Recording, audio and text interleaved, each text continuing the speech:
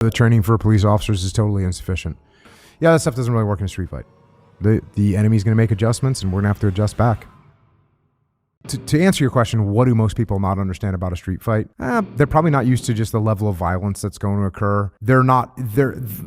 Maybe this is what you're getting at with the Detroit self-defense videos or whatever they are. The choreographed maneuvers that work when you and I are going through them and sort of dancing, those aren't going to work in real life. And so if you think that you're going to be able to drop someone with one punch, or you think all those things that are sort of the old traditional martial arts, and I do this to you and it causes this reaction, then my next move is over here.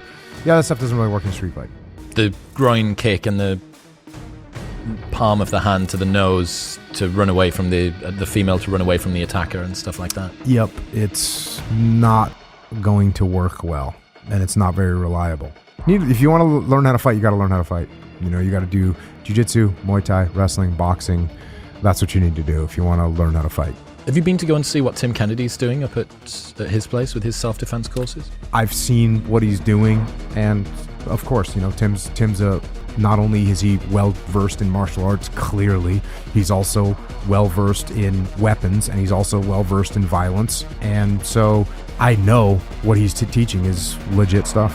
I think it must be monthly. He does a special one for the police. Mm-hmm. And even them, the amount of training, we've seen this recently, right, that the training seems to be insufficient. Yeah, the training for police officers is totally insufficient. And it's horrible because it's a very difficult job that you should be training. I've been saying for the last several years that police officers should train 20% of the time. Right now, it's probably not even a measurable percentage of time that they're working. It's probably in the fractions of a percent that they're training. They get horrible training. You don't know how to do that stuff. You talk about the misconceptions of the street fight is the person that thinks, well, if someone messes with me, I'm just going to get wild. And they think that's going to work. And that's not going to work, especially against someone that's trained. If you think that you're going to have some magical powers because you're angry or because your adrenaline's going, that's not true. And it's going to cost you in a big way. Yeah. And this day and age, well, I live in San Diego, California. A lot of people train.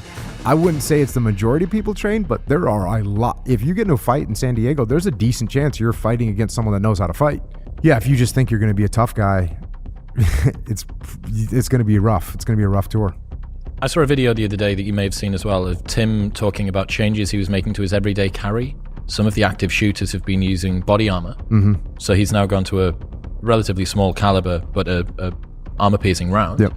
Are you concerned about this increasing sophistication that seems to be coming from people that are shooters? Yeah, there's an escalation there, right? The military went through this with the people we were fighting.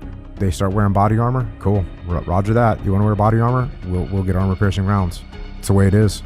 The enemy's going to make adjustments, and we're going to have to adjust back.